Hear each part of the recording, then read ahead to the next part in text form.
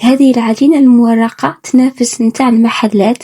إذا تحبي تعرفي الطريقة كيفاش حضرتها والسر باش تجيك مقرمشة وطرية وتنجح لك من أول مرة، تابعي معايا الفيديو للأخير. دائما مع ليدي زوزو، الذوق ما يتنساش.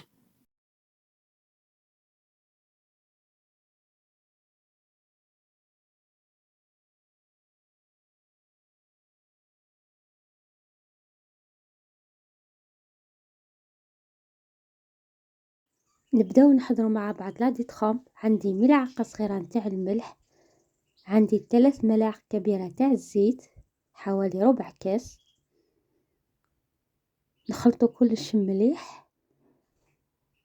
الماء تاعكم لازم يكون بارد بزاف، يكون من الثلاجة. عندي كاس تاع ماء يكون بارد مليح.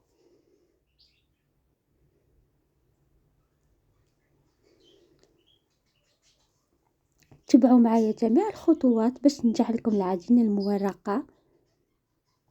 جبتها لكم بطريقة سهلة.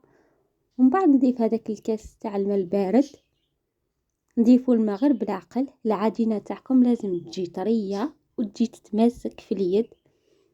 دوك تشوفوا القوام تاعها كيفاش يجي. ضيفوا الماء تاعكم غير بالعقل وتموا لاباط ديالكم.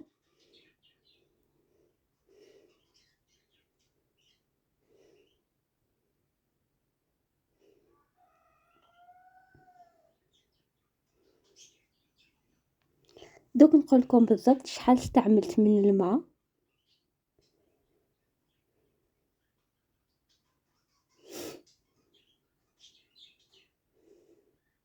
نضيفوا الماء كامل كيما راكم تشوفوا. ومن بعد هنا تميت لاباط تاعي. شوفوا القوام تاعها كيفاش يجي. قلت لكم تجي طريه وما تتلاصقش. ندلكها شويه فقط كيما راكم تشوفوا في البلان دو طرافاي.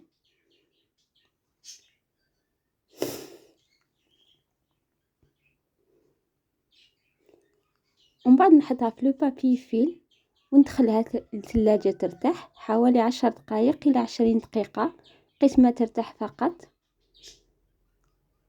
ونرجع لكم باش نكملوا مع بعض طريقة التحضير. بيد ما ترتاح العجينة تاعي راح نوجدوا الزبدة تاعنا. عندي 500 غرام تاع الزبدة، نخدمها بيدي مليح باش تولي لي على شكل عجينة. بعد ما خدمتها مليح كيما راكم تشوفوا ندلكوها شوية بيدينا.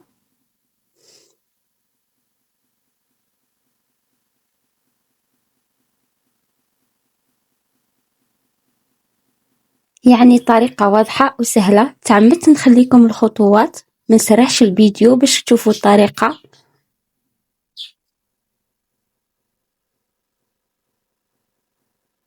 خدموا مليح هاد لاباط بيديكم كيما قلت لكم.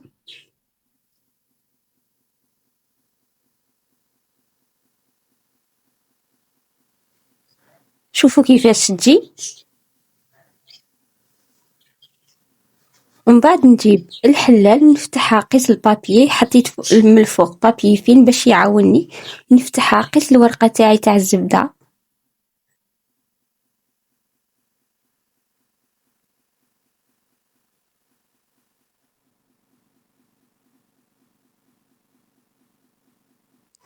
هاد لاباط فيتي تقدروا ديروها كمشروع وتبيعوها في رمضان وتسترزقوا بها، خصوصا يخدموا المشاريع. هاد الطريقة راح تعاونكم بزاف. نفتحوها بالحلال كما قلت لكم على شكل البابي تاعي.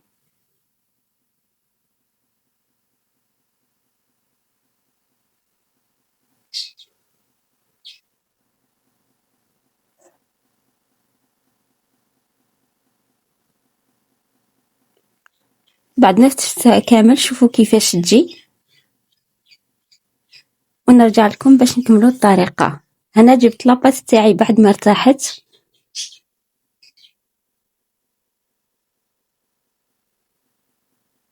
نرش لو بلان دو طرافاي تاعي بالفارينة.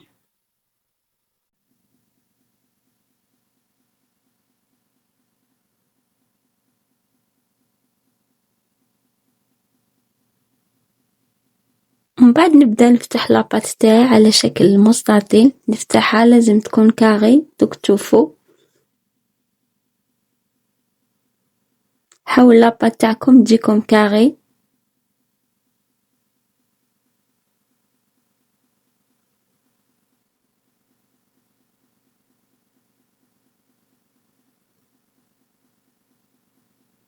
يعني هذه من أسهل لي بات فويتي تقدروا ديروها بلا تعب، توجدكم في دقيقة.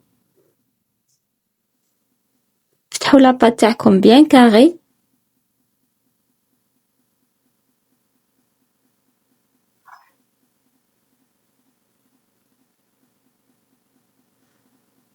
من بعد نجيبوا هذاك لو بوغ كيما راكو تشوفوا، نحطوه في الوسط.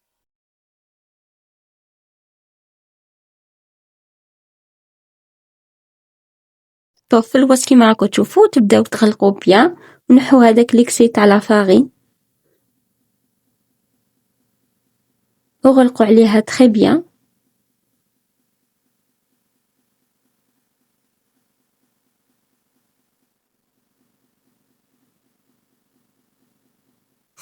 من بعد نجيب الحلال ونبدا نفتحها بشكل طولي، نفتحها بالطول كما راكم تشوفوا.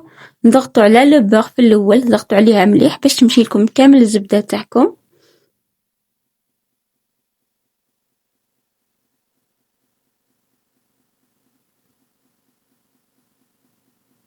ومن بعد نفتحوها كما راكم تشوفوا، نعاودوا نفتحوها مليح بالشكل طولي.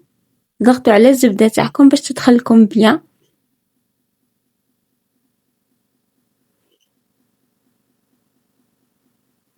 حاولوا تخليو لاباط تاعكم ديما كاري، تجيكم مستطيل.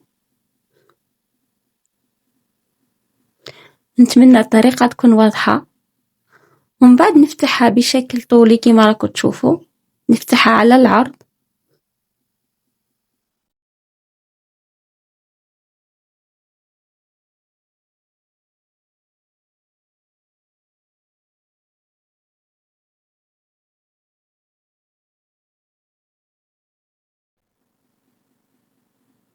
نحاولوا نقيسوا ونغلقوها، يعني هنايا درت دو تور سامبل، يعني هنايا درت 3 تور مباشرة. حاولوا ديروها في الوسط باش تجيكم كيف كيف وغلقوها، يعني نديرو دو تور سامبل على ضربة. شوفوا كيفاش تجي، سقموها بيان. ومن بعد نعاود نجيب الحلال، نرش فقط شوية بلا فارين ونعاود نفتحها. يعني كما قلت لكم طريقة سهلة جدا، ما تديلكمش قاع الوقت. نعاودو نفتحوها بشكل طولي كما راكم تشوفوا. حاولوا تخليوها ديما كاغي باش يجيك الشكل تاعها شباب. هاد لاباط فويتي تاع 1 كيلو راح دير لكم كمية كبيرة، تخرج لكم حوالي 2 كيلو تاع لاباط فويتي. خبيوها في لو كونجيلاتور، وقت ما تسحقوها في رمضان تلقاوها واجدة، يعني تجيكم سهلة. ومن بعد نزيد نفتحها كما راكم تشوفوا. حاول ديروها كاغي، تخليوها ديما كاغي الشكل تاعها. نفتحها بالعرض كما راكم تشوفوا.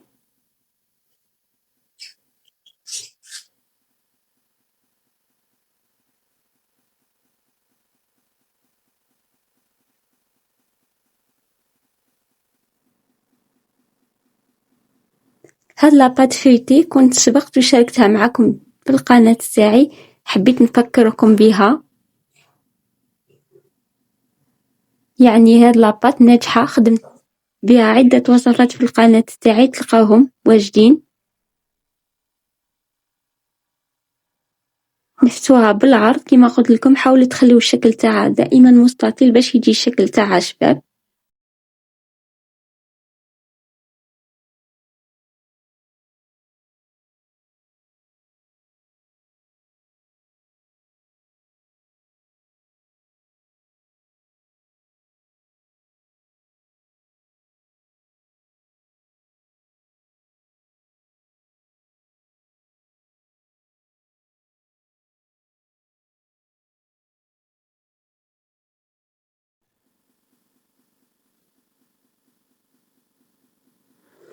ومن بعد نغلق لاباط تاعي. حاولوا ديروهم كامل كيف كيف.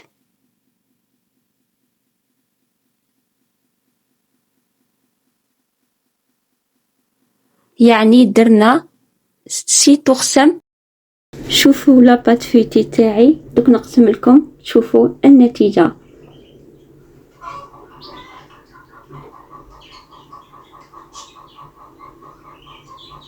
شوفوا لي على هذاك التوراق، شوفوا ما شاء الله تجي خير من تاع المحلات. هاد لاباط فيتي خبيها لرمضان ان شاء الله، ولا ديريها كمشروع تسترزقي بها دائما مع لي ديليز دو زوزو. الذوق ما يتنساش. الى اللقاء في وصفة قادمة ان شاء الله.